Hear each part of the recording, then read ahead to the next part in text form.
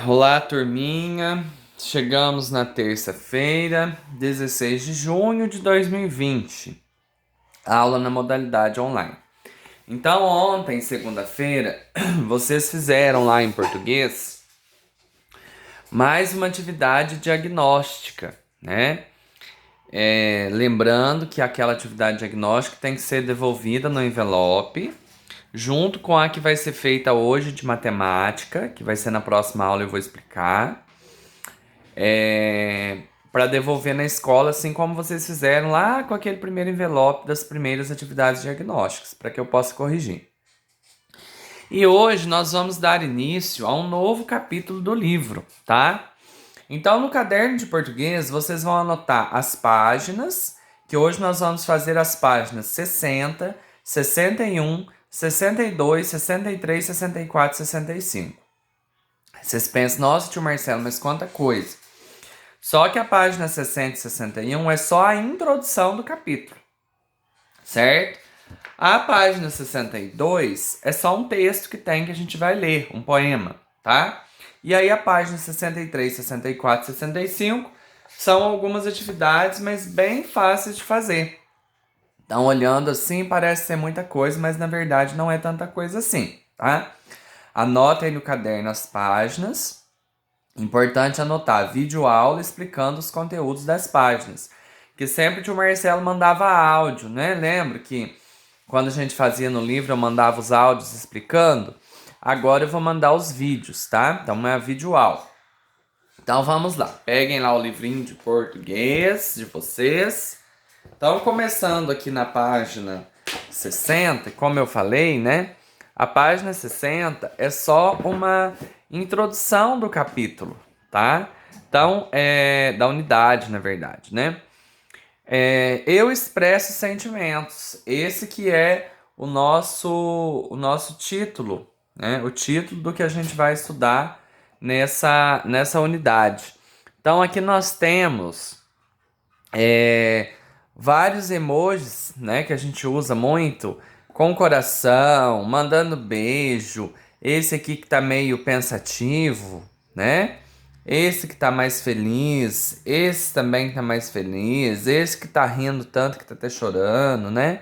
Aí a gente tem um menininho com o celular, provavelmente mexendo aí, né? Nessas reações, nesses sentimentos que são representados pelos emojis. Depois aqui na página, seguindo aí, né, na página 61, temos aqui, ó, o que eu vejo. Observe a imagem e converse com os colegas. Como a gente não tá na escola, né, a gente não vai conversar com os colegas, a gente vai conversar aqui entre nós. O que os personagens estão fazendo? Porque aí na página 61 tem uma outra imagem de uma menininha, rodeada pelos emojis também, com o celular na mão, né? Então o que a gente entende disso? O que vocês acham? Provavelmente eles estão conversando, não é isso? Que sentimentos elas estão expressando? Então se a gente olhar aqui, ó, para a menininha, na página anterior a gente olhar para o menininho, a gente vê que eles estão trocando alguma ideia, né? Alguma conversa eles estão tendo ali. Seguindo aqui as perguntas. Como você pode perceber isso? Então, primeiro, o que eles estão fazendo? Acredito que eles estão conversando, estão se falando.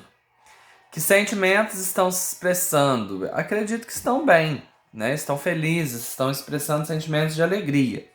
E como que nós podemos perceber? Pelo rosto de cada um, né? Pelas várias reações. Agora fale de você. Você costuma expressar seus sentimentos? Como faz para expressá-los? O que utiliza para fazer isso? Vocês também utilizam do celular, dos aplicativos, né? Das redes sociais, Facebook, WhatsApp, apesar de vocês serem muito crianças para isso ainda. Você acha que uma imagem pode expressar sentimentos? Eu acho que sim, né? Se eu tirar uma foto sorrindo e uma foto chorando, tanto a minha foto sorrindo quanto a minha foto chorando vai expressar um sentimento, não é verdade? Então, expressa sentimentos, sim, toda imagem expressa. Bom, então, analisado aqui, né, a página 60 e 61, nós vamos agora lá para a página 62, que é a página que tem um poema, tá? Então vamos lá, texto 1. Você vai ler um poema. Leia-o em voz alta e aprecie os sons das palavras. Então, o tio Marcelo vai ler aqui. Depois vocês façam a leitura mais uma vez aí em casa, tá bom? Então, o título é Tempestade. O vento vem vindo veloz. Voam folhas, gravetos, troncos. O trovão troante estoura na linha do horizonte. O chiado da chuva, o cheiro da chuva, a enxurrada, o riacho, a terra rachada. Depois, um azul aqui, outro ali, em sinal de paz. Um arco-íris se mostra e se desfaz. Silencia a sonora orquestra da natureza. José de Nicolás, Entre Ecos e Outros Trecos, São Paulo, Moderna, 2002. Então, olha que lindo esse poema. Eu não sei vocês, mas quando eu li, eu pude sentir tudo que tá falando aqui nele. O vento vem vindo, veloz. Você sente o vento, o barulho das folhas caindo, dos troncos. O trovão troante. Outro dia deu uma chuva de manhãzinha no domingo. Não sei se vocês se acordaram e ouviram o barulho da chuva, né? Teve muito trovão. Então eu consigo ouvir esse trovão. Consigo parar assim no silêncio e escutar. O chiado da chuva, quando aquela chuvinha tá caindo, caindo. O cheiro da chuva, quando faz muito tempo que não chove, e aí de repente vem aquela chuvinha, a gente sente aquele cheirinho a gente fala o cheiro de terra molhada, né? Aquele cheirinho de chuva. A enxurrada, né? Na rua, passando, correndo. O azul, o arco-íris. Então é um poema muito lindo, tá bem ilustrado, olha. Tá bem ilustrado, dá pra gente ver, né? Bom, terminado, vocês podem ler depois mais de uma vez esse poema, tá? Leiam bastante para entenderem. Um pouco de converse com os colegas. O que o poeta descreve no poema? Então, o que ele descreve, gente? Ele descreve um fenômeno da natureza, fenômenos, na verdade, né? Da natureza, que faz a gente sentir esses fenômenos. Essa é a verdade, né? Porque quando ele falou lá do trovão, quando ele falou do vento, da chuva, a gente conseguiu sentir tudo isso. Mesmo não vivendo. Nós não estamos nesse momento vendo uma chuva, não estamos nesse momento vendo o trovão, ouvindo o trovão, mas a gente conseguiu sentir. Para falar do vento, o poeta usa palavras que começam com qual letra? E para falar do trovão, da chuva e do silêncio? Então vamos voltar lá, ó. Para falar do vento,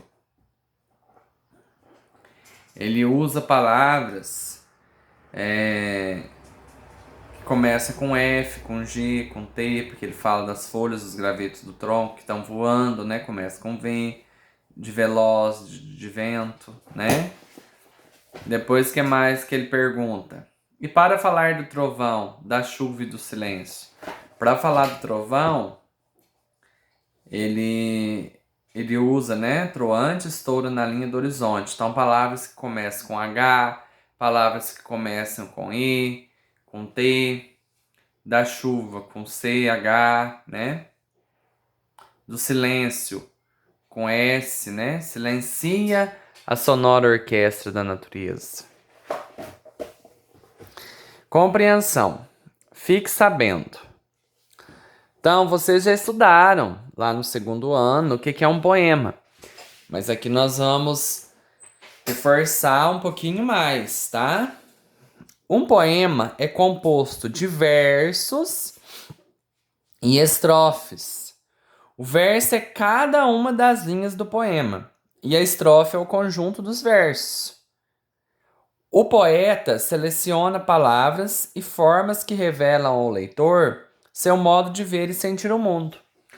Gente, o poema, muitas vezes ele pode ser rimado e outras não, tá? Isso varia muito. Então, por exemplo, esse poema que a gente acabou de ler da Tempestade. Isso aqui, ó, é um verso, certo? O que tá falando do vento é um verso. Aliás, o que tá falando do vento é uma estrofe. E cada linha dele é um verso. Igual falou aqui pra gente, ó. O verso é cada uma das linhas. E a estrofe é o conjunto de versos. Então, como que eu vou saber? Sempre no poema, pessoal, ele vai separar por, assim, ó, por pedacinhos. Tá vendo onde tá parando a minha caneta? Ele separa os versos por esses pedacinhos. Ou também é muito fácil, porque a gente pode selecionar o verso que está falando daquele tema, daquele assunto. Aqui no primeiro verso, o que que ele fala? O vento vem vindo veloz, voam folhas, gravetos e troncos. Então aqui nessa primeira estrofe, né, ele fala um pouquinho do vento. Na segunda estrofe, ele fala do trovão. Na terceira, ele fala da chuva. Aqui ele fala da enxurrada, depois do azul, do arco-íris, depois do silêncio da natureza, né? Assim dividiu cada estrofe. E aí cada linha dessa de cada estrofe é um verso. Tá certo? Deu para entender?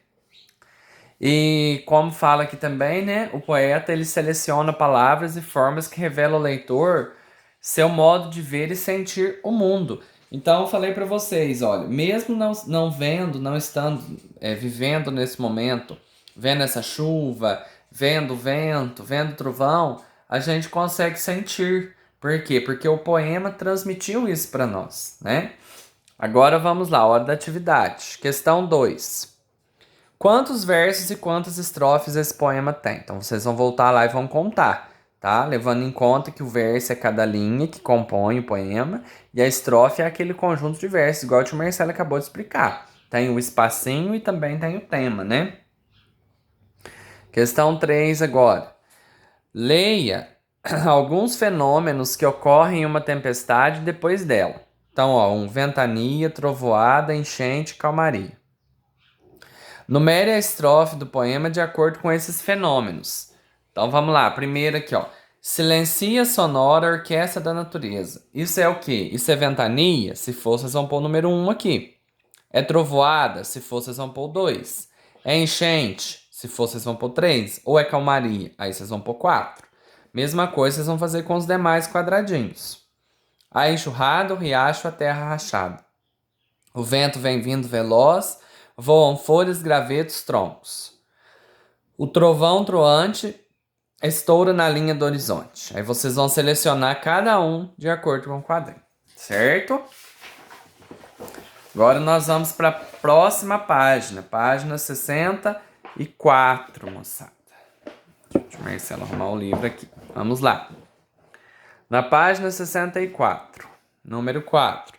Circule no poema a estrofe em que o poeta associa cores ao fim da tempestade. Aí vocês vão lá no poema e vão circular, tá? Qual estrofe que ele tá falando de cores no fim da tempestade? Letra A. Qual é a cor que vai pintando o céu devagarinho?